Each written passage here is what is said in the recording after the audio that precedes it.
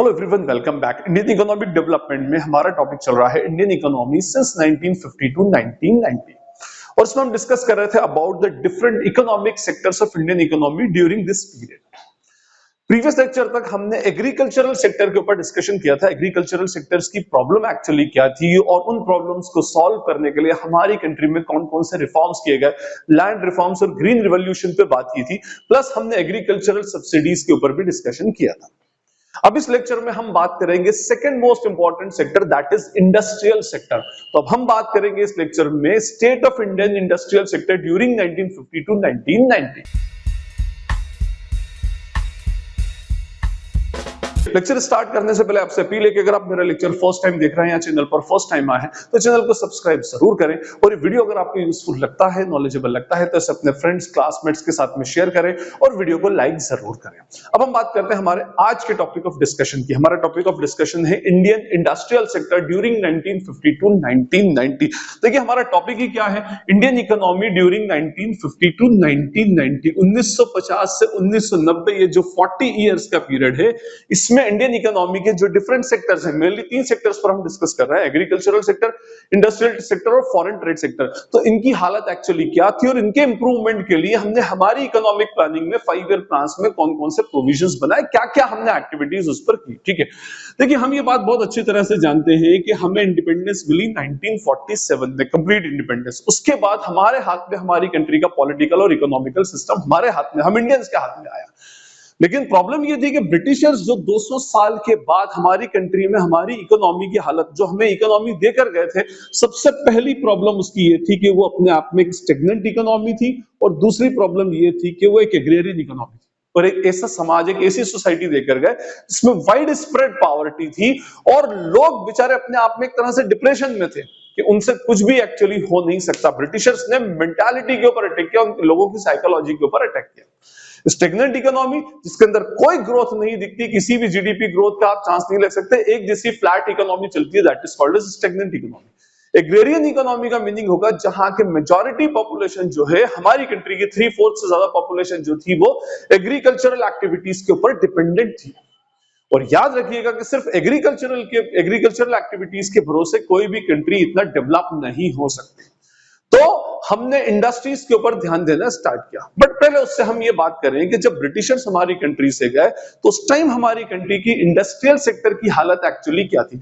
वैसे जब ब्रिटिशर्स थे और उस टाइम उन्होंने इंडस्ट्रीज को किस तरह सिस्टमेटिकली एक्सप्लॉइट किया, ये ऑलरेडी मैं आपको previous chapter Indian economy on eve of independence के अंदर एक्सप्लेन कर चुका हूं। पूरे चैप्टर की प्लेलिस्ट के लिंक नीचे डिस्क्रिप्शन बॉक्स में है, वहां से भी आप उसको फॉलो कर सकते हैं और ऊपर आई बटन आ रहा होगा, वहां से भी आप उसको फॉलो कर सकते हैं। तो देखिए सबसे पहले हम बात करेंगे जब ब्रिटिशर्स 1947 में छोड़कर गए तो उस टाइम हमारी इंडस्ट्रियल सेक्टर की हालत बहुत खराब थी। ब्रिटिशर्स चाहते ही नहीं थे कि हमारी कंट्री का जो इंडस्ट्रियल सेक्टर हो वो डेवलप हो। क्यों? क्योंकि ब्रिटिशर्स के आने का हमारे यहाँ पर एक पर्पस था। उनके यहाँ पर जो इंडस्ट्रियल रिवॉल्यूशन हो रहा था यूके, ब्रिटेन के अंदर, उसके लिए रॉ मटेरियल का अरेंजमेंट करना, और अगर वो हमारी कंट्री के इंडस्ट्रियल सेक्टर को डेवलप कर देते तो फिर वहां पर उनका इंडस्ट्रियल रिवॉल्यूशन क्या होता, फेल हो जाता। तो उन्होंने पूरी तरह से इंडस्ट्रियल सेक्टर को सिस्टमेटिकली एक्सप्लॉइट किया। हमारे यहाँ का रॉ मटेरियल अपनी कंट्री में लेकर वहां का फिनिश गुड्स हमारे यहाँ पर बेचना स्टार्ट कर दिया। हमारे यहाँ का अगर कोई बंदा कोई इंडस्ट्री स्टार्ट करना चाहता भी था तो वो बेसिकली कर नहीं सकता था, क्योंकि उसको बहुत सारी चीजों के लिए ब्रिटेन के ऊपर ही डिपेंडेंट होना पड़ता था। हमारे यहाँ पर कोई कैपिटल गुड्स की इंडस्ट्री नहीं थी, हमारे यहाँ मशीन्स नहीं मिलती थी, आर्म्स एंड एम्युनिशंस नहीं मिलते थे। मींस इंडस्ट्रीज को सेटअप करने के लिए जो बेसिक इंफ्रास्ट्रक्चर है वो इंफ्रास्ट्रक्चर हमारे यहाँ पर डेवलप नहीं था। ठीक है, ले देकर अगर घूम फिरकर 1947 में कुछ अगर इंडस्ट्रीज डेवलप थी तो भाई देखिए हम यूं भी जानते हैं कि हमारे यहाँ का जो हैंडलूम सेक्टर है, क्लोथिंग सेक्टर जो है वो अपने आप में बहुत डेवलप है। तो हमारे यहाँ पर कुछ कॉटन इंडस्ट्रीज थी और कुछ जूट इंडस्ट्रीज थी जो अपने आप में डेवलप्ड थी। ये मैं आपको already Indian economy on eve of independence वाले चैप्टर में बता चुका हूं। उसके अलावा कुछ आयरन एंड स्टील इंडस्ट्रीज थी जो जमशेदपुर के अंदर, जो टाटा की थी उसमें, वो और कोलकाता के अंदर जो थी वो एस्टैब्लिश थी। उसके अलावा हमारी कंट्री इंडस्ट्रियल डेवलपमेंट के अंदर बहुत पिछड़ी हुई थी और मैं बता चुका हूं उसके लिए ब्रिटिशर्स का सिस्टमेटिक एक्सप्लॉइटेशन बेसिकली था। तो पहली चीज, हमारी कंट्री की इंडस्ट्रियल सेक्टर की हालत तो आप समझ गए होंगे कि जब ब्रिटिशर्स हमारी कंट्री में 1947 में गए तो हमारे हाथ में इंडस्ट्रियल सेक्टर किस तरह का इंडस्ट्रियल सेक्टर छोड़कर गए, जो अपने आप में सिर्फ ले दे करके कुछ कॉटन एंड जूट इंडस्ट्रीज पर था और थोड़े बहुत आयरन एंड स्टील इंडस्ट्रीज के ऊपर था। उसके अलावा हमारे पास दूसरी कोई इंडस्ट्रीज इतनी डेवलप्ड नहीं थी। अब गवर्नमेंट के सामने चैलेंज था कि भाई उसको हमारे यहाँ के इंडस्ट्रियल सेक्टर को डेवलप करना है, और डेवलपमेंट के लिए सबसे पहले हमें प्रॉब्लम मालूम होना चाहिए कि हमारी कंट्री के इंडस्ट्रियल सेक्टर की प्रॉब्लम क्या थी। तो सबसे पहले जैसे मैंने आपको बताया, इसमें पहली प्रॉब्लम थी लैक ऑफ कैपिटल। मैंने आपको अभी क्या कहा कि भाई सबसे बड़ी प्रॉब्लम ये थी कि हमारी कंट्री में वाइड स्प्रेड पॉवर्टी थी, लोग फाइनेंशियली इतना साउंड नहीं थे, और फाइनेंशियली साउंड न होने की वजह से हमारी कंट्री में इंडस्ट्रियल डेवलपमेंट नहीं था, लोगों के पास कैपिटल नहीं थी, इंडस्ट्रीज कैसे स्टार्ट करते। तो एक सबसे बड़ी प्रॉब्लम थी कि कैपिटल का अरेंजमेंट गवर्नमेंट को करवाना था, और वो कैसे क्या, वो मैं अभी आपको उसके साथ में डिस्कशन करता हूं उसमें। बट पहली प्रॉब्लम थी कि लैक ऑफ कैपिटल था। लैक ऑफ कैपिटल का मतलब होता है कि लोगों के पास इंफ्रास्ट्रक्चर को या इनिशियल कैपिटल को इन्वेस्ट करने के लिए प्रॉपर सफिशिएंट अमाउंट एक्चुअली नहीं होता था। ठीक, फाइन। सेकंड पॉइंट है हमारा low inducement to investment. Actually problem ये थी कि चलिए अगर किसी के पास थोड़ी बहुत कैपिटल हो भी और उसने अगर बाय चांस कोई इंडस्ट्री स्टार्ट करने का सोच भी लिया, तो इंडस्ट्री में स्टार्ट किया हुआ जो गुड्स, जो मैन्युफैक्चरिंग गुड्स है, जो प्रोड्यूस है, उसके लिए डिमांड कहां से रेडी करेगा। प्रॉब्लम ये थी कि हमारी कंट्री में पावर्टी होने की वजह से डिमांड साइड जो था वो अल्टीमेटली बहुत वीक था।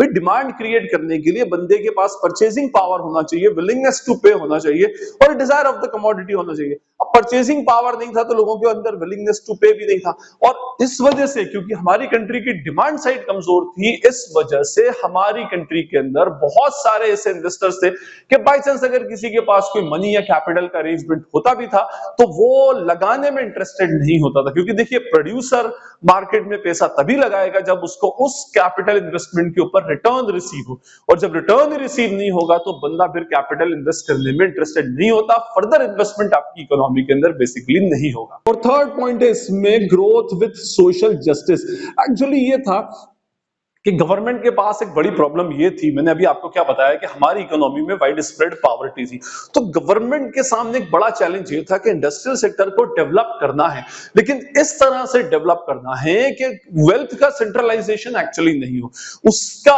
वो इंडस्ट्रियल सेक्टर के इंप्रूवमेंट का जो बेनिफिट हो वो समाज के, सोसाइटी के हर तबके के इंसान को हो। मींस अगर कोई गरीब आदमी है तो वहां से उसके लिए एम्प्लॉयमेंट का जनरेशन हो, जिन लोगों के पास कैपिटल की कमी नहीं है, बिजनेस को स्टार्ट करना चाहते हैं, तो उनके पास प्रॉपर कैपिटल उनके लिए अरेंज करवाई जाए जिससे वो बिजनेस स्टार्ट करें। और एक बंदा अगर कोई बिजनेस स्टार्ट करे तो अपने साथ 5, 7, 10, 20 लोगों को एम्प्लॉयमेंट प्रोवाइड करे। तो प्रॉब्लम ये थी कि गवर्नमेंट के सामने इंडस्ट्रियल सेक्टर में 3 प्रॉब्लम्स थी। लैक ऑफ कैपिटल जो सबसे बड़ी प्रॉब्लम थी, उसके अलावा लो इंड्यूसमेंट मींस निराश थे वहां के जो कैपिटल इन्वेस्ट करने वाले लोग थे उस टाइम में, क्योंकि डिमांड साइड एक्चुअली नहीं थी, और तीसरा सोशल इनजस्टिस था, सोशल जस्टिस को भी उनको बेसिकली अचीव करना था। तो अब मैंने आपसे बताया कि भाई हमारे यहाँ की जो 1947 के बाद में हमारी कंट्री का जो इकोनॉमिकल सिस्टम था वो मिक्स्ड इकोनॉमिक सिस्टम इसीलिए रखा गया कि भाई सोशल जस्टिस का जो टारगेट है वो भी पूरा हो, और हमारी कंट्री के अंदर जो इकोनॉमिकल ग्रोथ हो वो इकोनॉमिकल ग्रोथ भी अल्टीमेटली अचीव हो सके।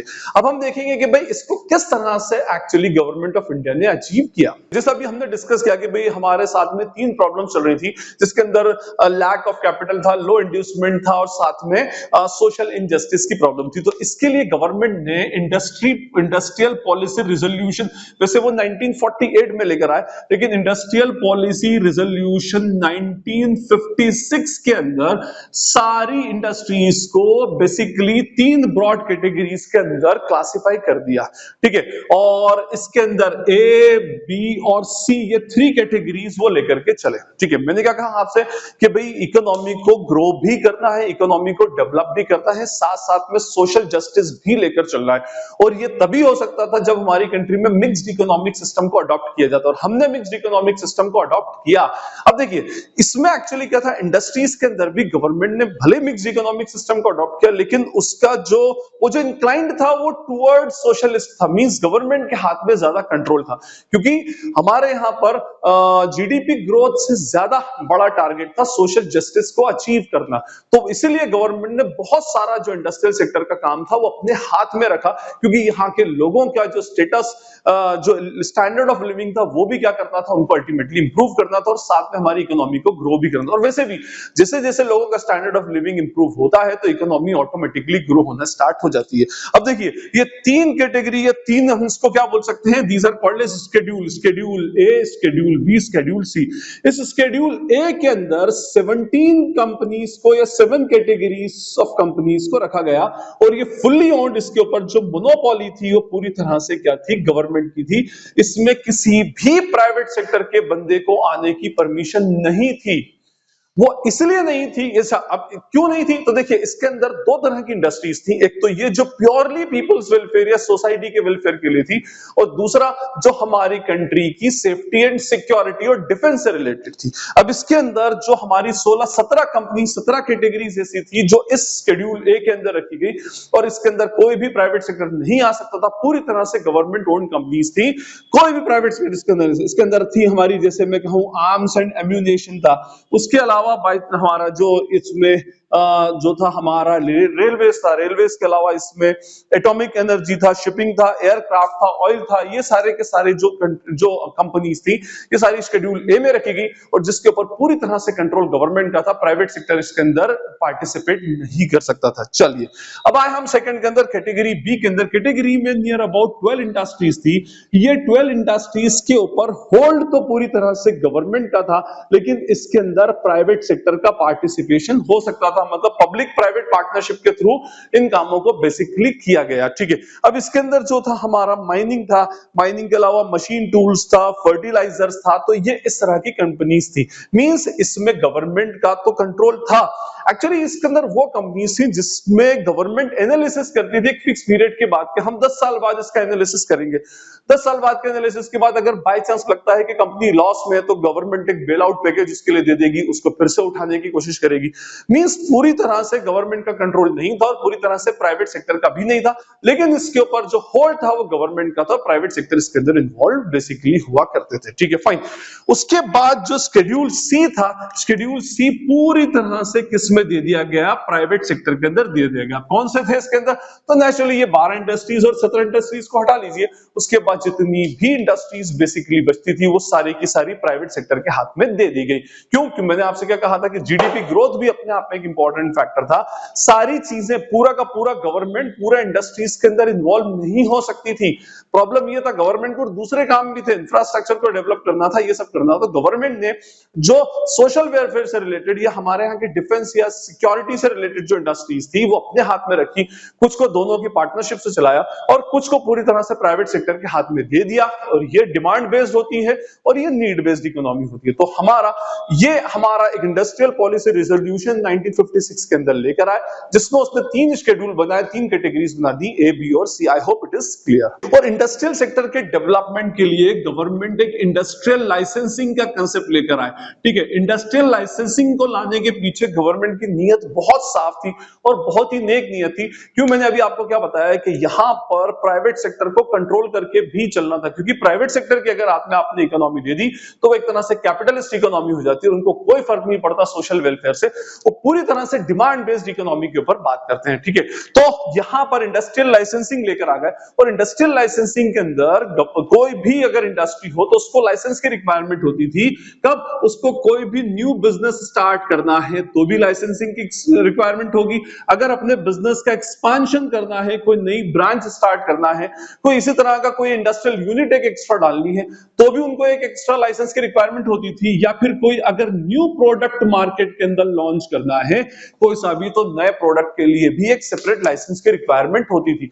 लाइसेंसिंग अपने आप में बहुत स्ट्रिक्ट थी। हाँ, ये बात अलग है कि ये एक नेक नियत से स्टार्ट किया गया, एक जो स्टार्टिंग जो अपना जो इनिशिएटिव था वो बाद में हुआ क्या, रेड टेपिज्म और जो गवर्नमेंट के जो मतलब जो गवर्नमेंट ऑफिसर्स थे उनकी जो करप्शन का जो अपने आप में एक तरह से रास्ता उसने खोल दिया। लेकिन गवर्नमेंट की नीयत बिल्कुल साफ थी, इंडस्ट्रियल लाइसेंसिंग के अंदर कि भाई उनको प्राइवेट सेक्टर के ऊपर कंट्रोल करके चलना था, क्योंकि अगर प्राइवेट सेक्टर को फ्री छोड़ दिया जाता तो प्राइवेट सेक्टर पूरी तरह से एक डिमांड बेस्ड इकोनॉमी बना देते, नीड बेस्ड इकोनॉमी नहीं बनती और सोशल वेलफेयर का जो हमारा टारगेट था वो अपने आप में पीछे रह जाता। तो लाइसेंस चाहिए रहता था उस टाइम में इंडस्ट्रीज को, किस काम के लिए? कोई भी नया बिजनेस आपको स्टार्ट करना है तो यू नीड अ लाइसेंस। अगर आपको ऑलरेडी एस्टैब्लिश बिजनेस है, चल रहा है, तो उस कंडीशन में अगर आपको उसको एक्सपांड करना है तो एक्सपांशन के लिए भी लाइसेंस। एक प्रोडक्ट बना रहे हो, नया प्रोडक्ट बनाना है तो उसके लिए भी लाइसेंस। अब अच्छा, इसमें लाइसेंसिंग के लिए क्या था? ये एक तरह से सोशल जस्टिस के लिए था और रीजनल डिस्पैरिटीज को दूर करने के लिए था। देखिए, जो हमारे यहाँ पर आज भी ऐसे बहुत सारे स्टेट्स हैं जो इंडस्ट्रियली बहुत डेवलप्ड हैं और कुछ स्टेट्स ऐसे हैं जो इंडस्ट्रियली बहुत बैकवर्ड हैं, तो गवर्नमेंट अलग अलग इंसेंटिव्स देती है। तो गवर्नमेंट ने क्या कर रखा था, जो इंडस्ट्रियली बैकवर्ड स्टेट है वहां पर बहुत इजी प्रोसीजर थी लाइसेंसिंग की, मतलब बहुत आसानी से लाइसेंस मिल जाता था।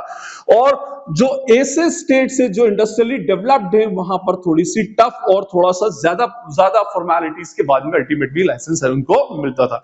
तो कहने का मीनिंग ये हुआ कि जो इंडस्ट्रियल लाइसेंसिंग थी, इसका एक तरह से क्या हुआ, सोशल जस्टिस को, रीजनल डिस्पैरिटीज को भी दूर करने का अल्टीमेटली काम किया।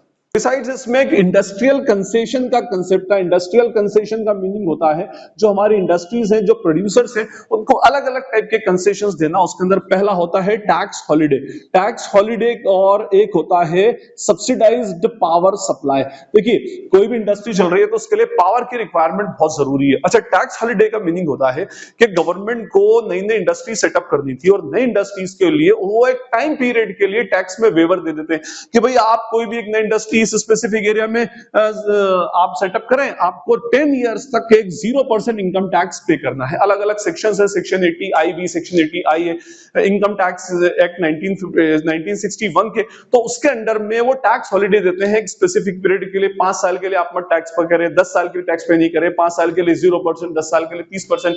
तो इस तरह से वो अलग अलग टैक्स हॉलिडेज देते हैं जिससे कि प्रोड्यूसर ज्यादा से ज्यादा प्रमोट हो। उनको लगता है कि इसके ऊपर इनकम टैक्स 10 साल तक पे नहीं करना पड़ेगा, तो नेचुरली हम क्या करें, वो इंडस्ट्रीज डालने के लिए ज्यादा से ज्यादा प्रमोट होते थे।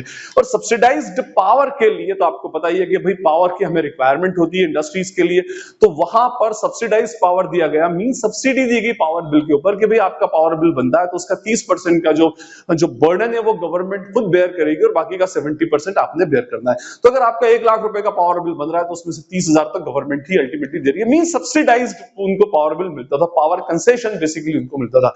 तो जिस वजह से भी इंडस्ट्रीज के डेवलपमेंट के अंदर बहुत ज्यादा मतलब हमारी कंट्री के अंदर बहुत ज्यादा बेनिफिट लोगों को मिला। और इसका सबसे लास्ट पॉइंट है development of small scale industries, जिसको हम SSI बोलते हैं।